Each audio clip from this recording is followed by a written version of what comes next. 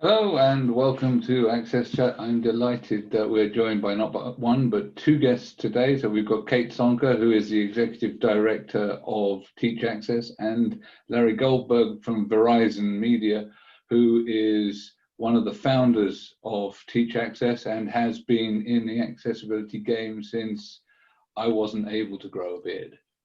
Welcome to both of you. It's great to have you here. Teach Access has been going for a couple of years now, but please tell the AXSChat crew a bit more about who you are and what you're doing with Teach Access. Kate and I are like a tag team whenever we talk to people about this, so we can speak with one brain. Why don't you go ahead and start, Kate? Sure. Thanks so much for having us. We're really excited to be here with you and talk about the work that Teach Access has done and is doing. So I've been involved with the organization for almost the entire time since the kickoff meeting, and I can let Larry share a little bit about kind of the origin story of it. But I work as the executive director for Teach Access, and then I also work as the Assistant Director of Academic Technology at Michigan State University. So it's great to have that connection to university life and space as we think about the projects we're doing in Teach Access. So we can come back to that and talk a little bit more, but I'll turn it over to Larry to introduce himself and maybe give the origin story. Yeah, it is a great origin story. So I'm head of accessibility for Verizon Media, which is the division of Verizon that was formed when Verizon acquired Yahoo and AOL. And that team of people has had a long history in the field of accessibility. Where this really started was at the quite famous CSUN conference. This is now probably 5 years ago, where a number of us, in particular my former boss, Mike Shabanik, was sitting down with Jeff Whelan, head of accessibility, well, former head of accessibility for Facebook. And they were both talking about new hires and what happens when we onboard new people and how unfortunately little new hires know about building accessible products. And as we began talking to various friends in the industry, we realized everyone's feeling this pain. As much as all the major tech companies have dedicated staffs on accessibility, we also have a huge number of colleagues who know nothing about it. So in talking about that, and then Mike handed it off to me, we realized we needed to reach out to higher ed, because where else should these new hires be acquiring this knowledge? Well, yes, maybe kindergarten, maybe K-12, but let's focus on higher ed. We have a lot of really good friends throughout universities throughout the US and then in Canada and England and throughout the EU. And one of our very first partners that we had known was Kate at Michigan State, that had a very active program and dedication to accessibility. And this kickoff meeting that Kate mentioned was in our lab in Sunnyvale, probably now 4 years ago, 2016? Yeah, 2016. And we began laying out the battle plan. And one of the first things that happened was we began reaching out to our friends across the tech sector, and it was unanimous. It was, as Jenny Leigh Fleury from Microsoft said, I am in violent agreement, but of course with her beautiful British accent. And along with Jenny at Microsoft, we had eventually, I try to do it alphabetically, Adobe, Apple, Facebook, Google, Intuit, Microsoft, Verizon Media, Yahoo, Walmart, just so many big companies said, we have to do this. We need to build the skill set of our incoming staff. And we started reaching out to universities, and a lot of universities said, oh, we would love to be part of this wonderful tech community. We'd love to find opportunities for our students. And it all began growing from there, forming originally just pure volunteer effort. And then with some really wonderful project coordination help from the Partnership on Employment and Accessible Technology, a Department of Labor funded grant program. And Department of Labor said, this absolutely meets our needs. Here, have some resources. No contract, no agreement, just here's some resources. And there we began to get a lot more organized. And then, of course, our big breakthrough was the ability to hire Kate. And to keep us all organized and rational and focused, at every year we've had strategic planning meetings at the end of every year, come up with a list of ventures we want to take on in the coming year. And it's been amazing. So I'll ask Kate to talk about two of the biggest things that we think have a great impact is the Teach Access Study Away program, and then the faculty grants. And we'll have some news to share, I think, right now. Yeah, thanks. So we do a variety of things across the group, and we're divided into task forces to kind of tackle some of these projects. And we can speak more about other projects, but I do think Larry's right in highlighting the Study Away and the faculty grants as the kind of most impactful projects we've seen to date. So, sorry, my cat just ran in front of me. Sorry, everybody. So the Study Away program, very unfortunately, we had to cancel it this year, of course, because travel was restricted for all of our university partners and everybody. But it would have been our third run of this program. So essentially, if you can think about something like a Study Away program where students are going to a location, they're in the moment learning in an experiential way, that's what we're doing with Study Away. So I had had the experience of running some Study Away programs at Michigan State University. And so I kind of had an idea that it could work for us, but obviously then it required a lot of collaboration across other universities and all of our companies as hosts. But essentially, a few, anywhere from 4 to 6 universities that are members of Teach Access select a small number of students. So in total across that, we maybe have around 25, no more than 30 students who all travel to Silicon Valley for the same week. And then each day, students from all of these universities, plus faculty who are accompanying them, move through each of the different companies who've offered to host. Some days we spend an entire day at one location, like the days, for example, that we go to Verizon Media, we're there all day because there's a lot to see, a lot to learn. Some of the other companies either can't host for the whole day or we want to try and fit a few more in there. But we take students to these locations. They get to meet, for example, Larry at Verizon Media and his team, or any of the other accessibility teams. They get to see the location where this work happens, ask questions. Really, it's left up to the company who's hosting that day in terms of, what projects do you want to highlight? Who might you want to bring in? Excuse me. In the past, for example, Larry and his team have brought in, for example, internship recruiters or HR type people to answer questions like that.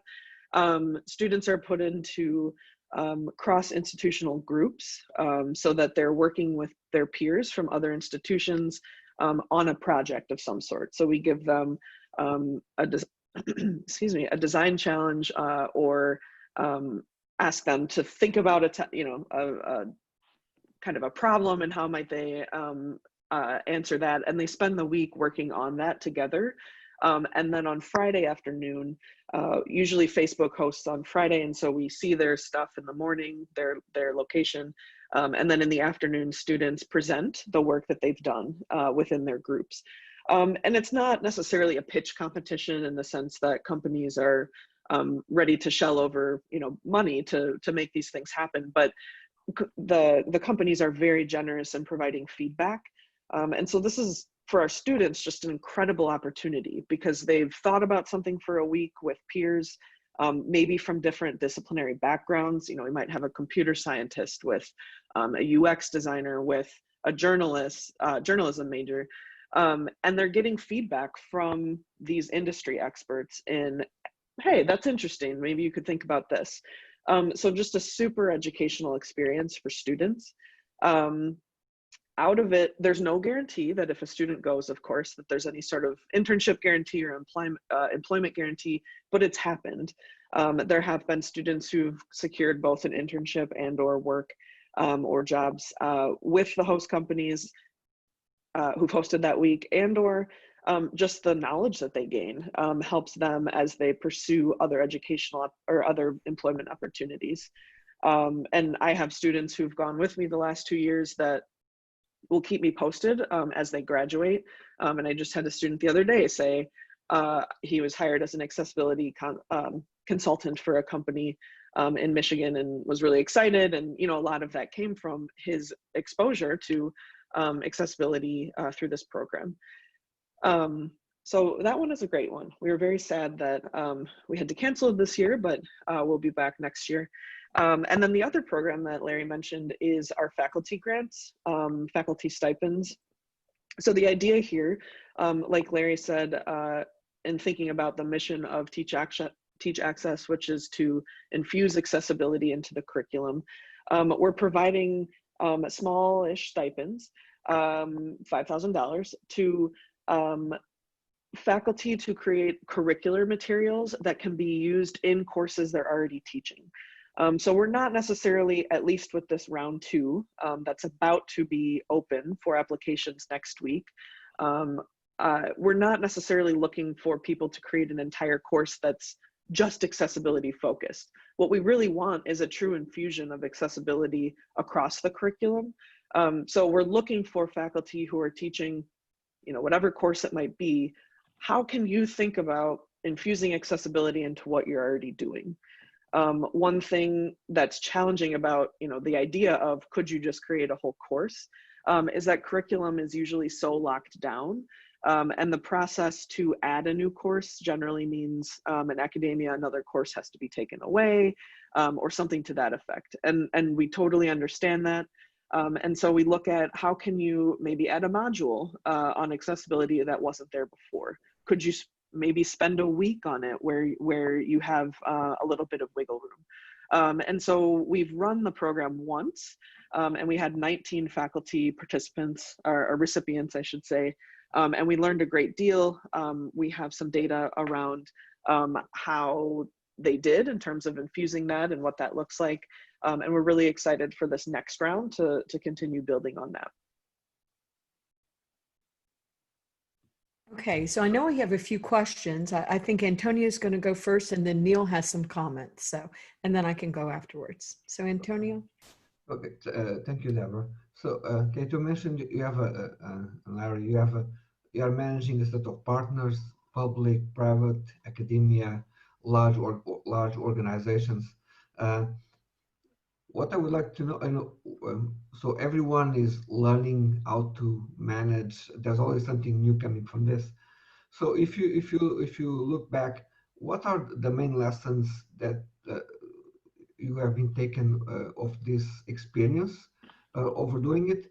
And I'm particularly interested in how is the university benefiting from connecting with the industry? How is this helping them to improve what they do and deliver to their students? Yeah, I think because we listened so carefully to the universities in terms of how we shaped this whole program, we had to ask and did a lot of research around what would benefit you and what are you going to get out of this. You know, it started off from the very beginning of these universities, particularly in the US, are very competitive. They're competitive for getting good students in, they're competitive for getting their students good jobs. And for the universities to be able to have such a tight relationship with the leading tech companies globally is a huge lift.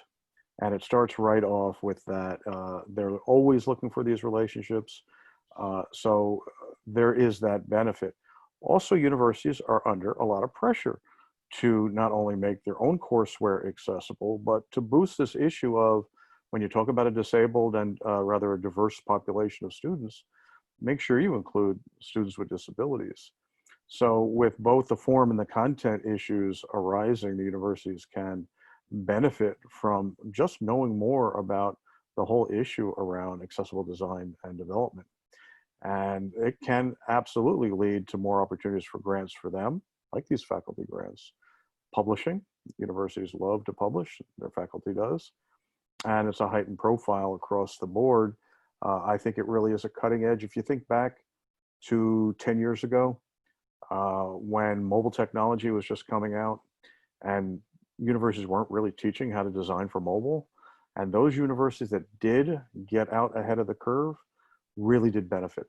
They became the centers of excellence. And we think that having accessible technology teaching helps a university become a center of excellence in the field. So, I mean, I'd like to agree violently with that. So we'll continue the violence metaphor. From my side, I'm doing quite a lot of work with universities in the UK.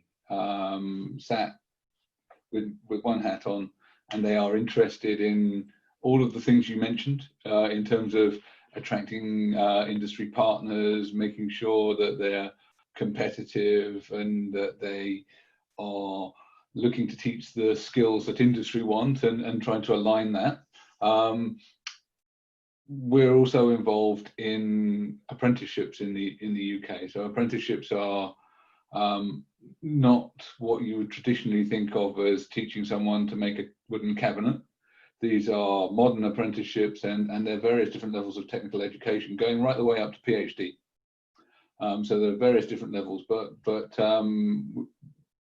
as a group of businesses in the UK, we also identified the need for accessibility skills and went down the apprenticeship route because that's where the money is in the UK. And we've just had a long process of putting together a national apprenticeship standard for accessibility, which has been accepted now by our Department for Education. So it's going to be a nationally recognized occupation, which I think was the strategic aim behind it for me, was because I wanted it to become a recognized occupation, because then when something is recognized by the Department for Education and the government, then universities start to build courses around it. So we've come at it from slightly different ends. You know, almost we started at the same point and went around the different parts of the circle and are ending up in similar places. But what we've done is we've defined the knowledge, skills, and behaviors that someone doing the stuff that we need to do will need to have in order to deliver the needs for businesses. And we've tried to do this in a way that is both suitable for large businesses, but also micro businesses. So we're really interested to see what you're doing with Teach Access, because if the universities are creating modules, they may be things that can plug into the stuff that we're doing in the UK, because I don't want it to stay in the UK.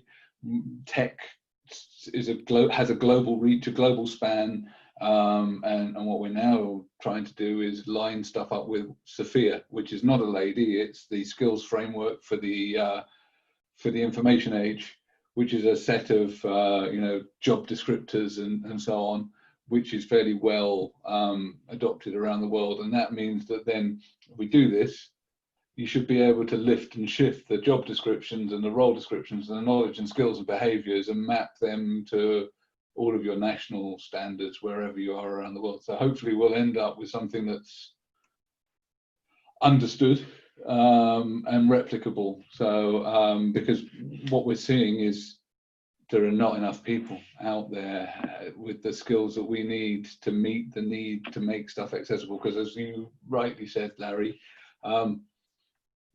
there's a few people in each of these tech companies that are specialists, but there's thousands of people making products from technology. So where do you see the challenges of scaling? Yeah, it's an interesting question. Just like with Study Away, where we have 25 to 30 students, which means we only have another 6 million to reach in the United States. We've had scaling as sort of our number one challenge for a number of years. Certainly any of the universities that receive grant funds are required to share their course modules. And we try to make everything we do totally open source and transparent. So the real issue is both in terms of scaling over to the UK and Canada and the rest of the EU. We're basically putting that as a longer term goal. It's interesting. We have so much interest from the UK. Last November, when we were at the TechShare Pro conference in London, so many people wanted to talk about Teach Access. And you probably know Professor Sarah Luthwaite from Southampton, who has a major grant study exactly on this issue, how to teach about accessibility. So the folks there, both in industry and academia, approached us, and we basically said, perhaps the best way to do it is, in essence, franchise the idea of Teach Access, because for the US to try to drive how it's adopted in England would not be appropriate or effective. So we're much more interested in having folks over there actually pick up the baton and set up their own version with share resources, information, PR, awareness. But we really are looking for local entities to try to take it within their own environment.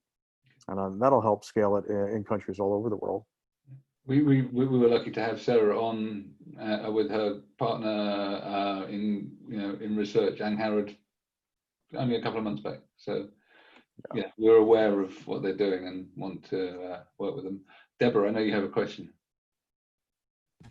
Well, Larry actually just answered my question, but I will say that one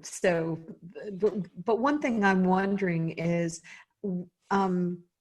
who else are you partnering with in the United States, for example? Because I know there's other organizations. You have IAAP, you have, other efforts being made. Are you partnering with them to share resources, to gather resources, to make sure that, as many students as possible will benefit from these efforts? My other question you answered, Larry, I was just wondering how we're going to take this outside the US, but you answered that very eloquently. But I'm just wondering who else is being involved to make sure that you have as big of impact as possible. Well, the first thing we should mention. Kate, sorry, go ahead. Well, I was going to say, the first thing we should mention is we, of course, started with partnering with advocacy organizations for people with disabilities. That's the point of this whole thing. So we've always had great support, enthusiastic support from the major advocacy organizations in such ways as, if a professor wants to do a lecture, well, let's go to the local ACB affiliate and find a power user of JAWS and demonstrate to the class what it's like to surf a website that is designed accessibly and one that isn't. So those grassroots connections among the disability community are key and really need to be mentioned right off the bat. With IAAP, well, we actually have a wonderful partner in Nobility out of Texas, and they are just perfect in terms of their knowledge base, their ability to do outreach, their training, and they've been dedicated to the part of the executive committee now. With IAAP, it was really interesting because what we see their mandate is to create experts in the field, sort of a vertical learning model. And our interest was to go horizontal, so that we want everyone to know at least a little bit, while IAAP is trying to get a few people to know everything. And so where those lines cross is where we have a nice relationship. And we've been talking with AXSChat and others at IAAP for quite a while. So we share resources. We consider them a member of Teach Access. And we're just looking at ways where we can meet each of our goals, because, as I said, we don't expect the students who become part of Teach Access to be able to be a full-time expert in accessibility with no further training. But we'd like them to have at least once turned voiceover on their phone as like a kind of bare minimum, and let's build from there. I think what we always tell students, or who especially go through things like the study away, is that you might come out of this and not want to have accessibility as part of your title or a regular part of your job. But what I always say to them is, once you know it, you can't unknow it. And so now you all know that this exists, that this is a consideration that you have to include from the beginning. And so at the very least, they come out, our goal, with whether they attend study away or it's working through faculty grants, or we've talked about setting up student ambassador clubs at universities, is know that this is a thing you should know about, know where you could get some resources, and also know if you get to a place where you realize it's maybe outside of your knowledge base, know that there are people who are the experts who've maybe gone through IAAP or, you know, are on Larry's team, and reach out to them at that point. Rather than you have an entire product built ready to ship and then, oh, I never thought about it at all. And so that's really where we continue to come back to, is that we're looking at how do we get every undergrad student to at least know what accessibility is, you know, to be able to define it, or go to places to get their own information if they have questions.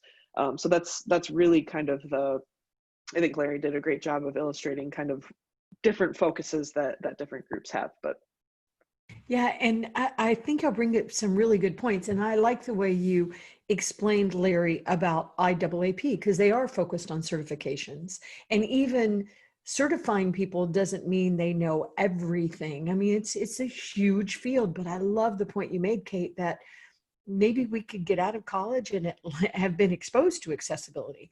But the follow-up question I would have would be, so how can others support y'all? I mean, are you looking for other corporations to join your efforts, other universities? I was just curious, you know, how can others help with what you're trying to do? Because it's just so critical, the you know, work you're doing. great question. So we have a website, teachaccess.org, that has a lot of information more about membership and the members that we do have, or sponsors that we have. So that is a place to go for more information. But really, we are looking for as many people who want to join to come on in. And so, like Larry mentioned, it's, other than essentially myself, it's voluntary. It's people volunteering. We ask or estimate about 4 hours a month between membership, you know, kind of all calls, if you will, meetings, but also doing work within a task force. And so, for example, if you're in the company's task force right now, they're doing incredible work on an accessibility hiring toolkit. And so they've been thinking about some common job, what's the word I'm looking for? Job postings, I guess, for, you know, very standard sorts of entry-level jobs, you know, a back-end developer or whatever it might be.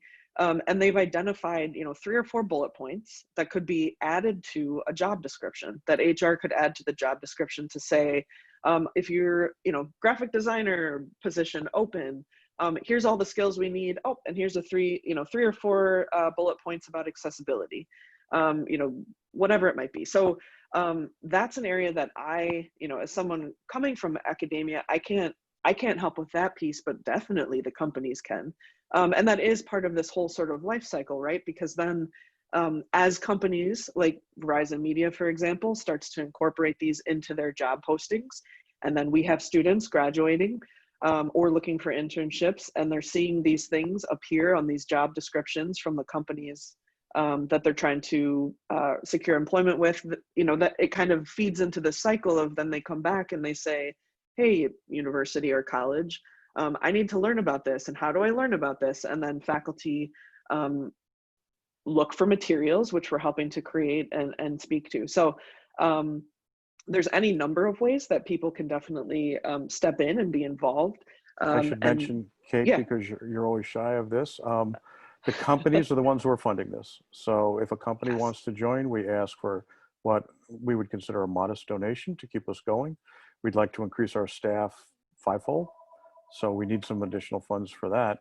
And then universities, we never ask for any funding from. We ask for commitment to take on this work within their university. And that's what it means to be a member, and that information is on the website. So I have a question, and first I have to actually thank all of the people out there that make quadruple A products. We know about WCAG and AAA, but you know, quadruple A products are what keep people like Larry and me in a job. That's accessibility as an afterthought, because yeah, this is essentially what we're trying to get away from. But when, you know, it won't be in my lifetime. So because of the scale, but I'm really interested in the job description stuff, because I think that whilst I am trying to grow the skills for expertise, there are elements that are role-based, and that everybody has some kind of part of their job that their remit touches on accessibility. Their remit requires them to do these things to make sure that people are included, and the more that we can create ecosystems that that demand this, that it's a requirement. So we're, within our own organization, we're looking at all of our procurement stuff. We're looking at all of the various different levers through our supply chain, through our partners, because you've got to push in lots of different directions at once to sort of move the dial, because as an organization on your own, you can only affect what you're doing. So what we're trying to do is have the ripple effect out onto the other companies. So what you're doing in terms of job descriptions and influencing back into the universities is super interesting, because you're starting to change people's mindsets about what the skills are that are needed. So for example, what are some of the key things that you're listing for, like a front-end developer? What are the 3 bullet points, as opposed to a UX designer, because they're different skill sets? Do you already have them up on the website? I do, yeah, and I for some of the things they overlap, right? There might be bullet points you see, and I'm going to drop the link in the chat, but perhaps this could come up, or you'd be able to share it out with anybody. But if you go to teachaccess.org and you navigate to resources, there's a list there, and the very top bullet point is called the Accessibility Skills Hiring Toolkit. We have it as an option to view as HTML or downloading as a PDF.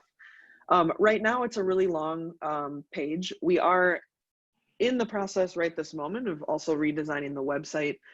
We anticipate that the refresh will come in the next couple weeks, so it might look different if you go to this later, but it is already up on the site under resources. And so you can see, for example, the types of positions that are up there around product owner, manager, different types of developers, QA testers. There's also a list of roles that will be coming in the future. So maybe content editor, publisher, social media manager, those sorts of things. But this gives you a view of the types of things that our company's task force has put together. If that should. And we should give a shout out to Oracle, who's really been one of the leaders in getting this document put together. Yes, and as well as Paciello Group. Yeah, Sarah Horton has been instrumental in it as well. Yeah. So since the moment that you start to engage with companies and things start to happen, have you observed any changes in the way our companies organize themselves in terms of accessibility teams? We know that sometimes the accessibility team is 2, 3, or 4 people working on their own, trying to do their best within the space of the organization, or sometimes is not held by anyone. It's just developers who have that expertise, who are basically called to go to fight or to go to fight any fires that are in-house. Have you observed any change in the way our organizations are now practicing accessibility in-house?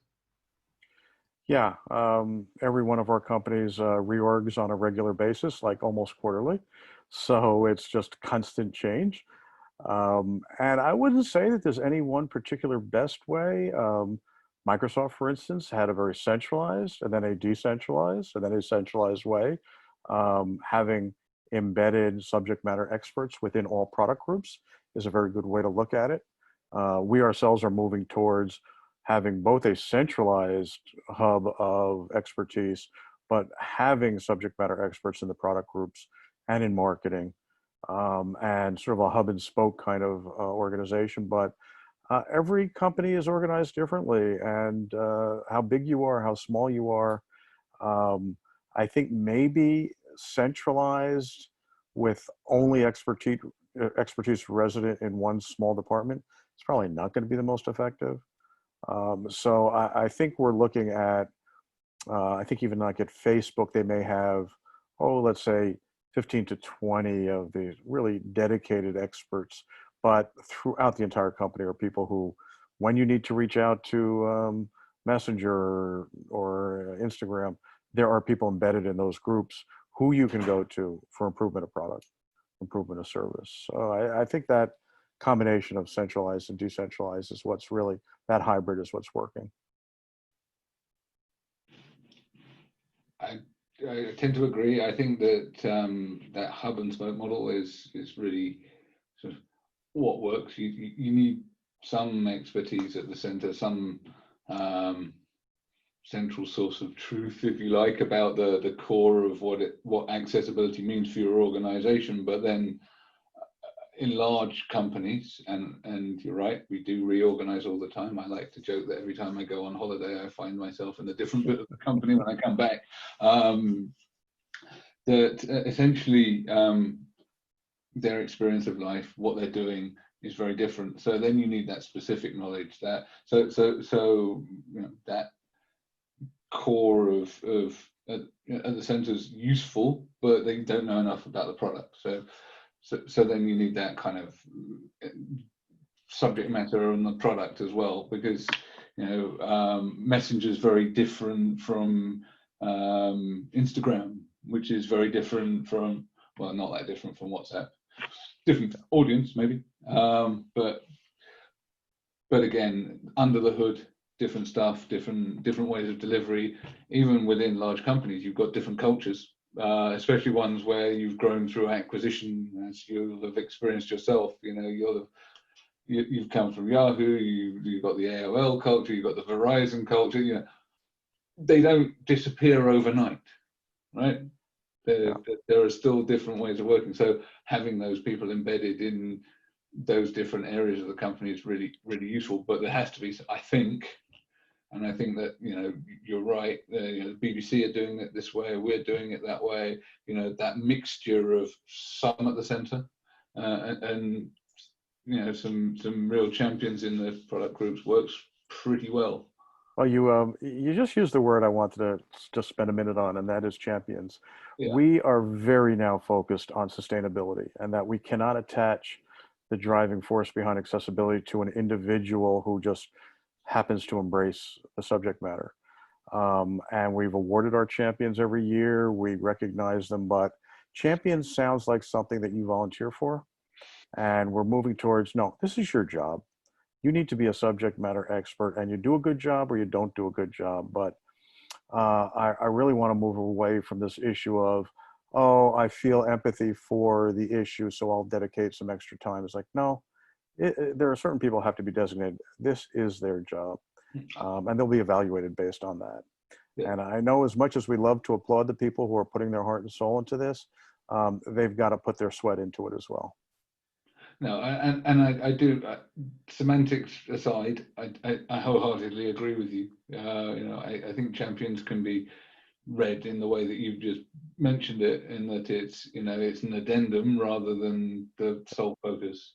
And I think that we need both. We need people that are dedicated, that are knowledgeable both about the product and about, you know, and responsible, because champions don't have to be responsible. And I think there's that whole thing about actually having this responsibility and accountability and knowledge together is where we start to have that success within organizations. And that's how we get the maturity and, as you say, sustainability. Difficult word to use at the moment because that's flavor of the month on a whole different tack. Especially, you know, with lots of companies announcing their carbon you know, reduction initiatives, but yeah, in the old sense of the word, yes, we have to keep this going. It has to live beyond what we're calling it is just simply operational excellence. Yeah, and that is this is how you do your job properly, and whoever gets that job next, that's part of their job. Yeah, yeah.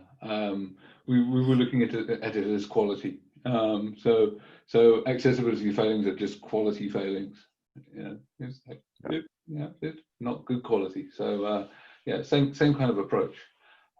So we've only got a couple of minutes left, and I know that everyone's got a hard stop.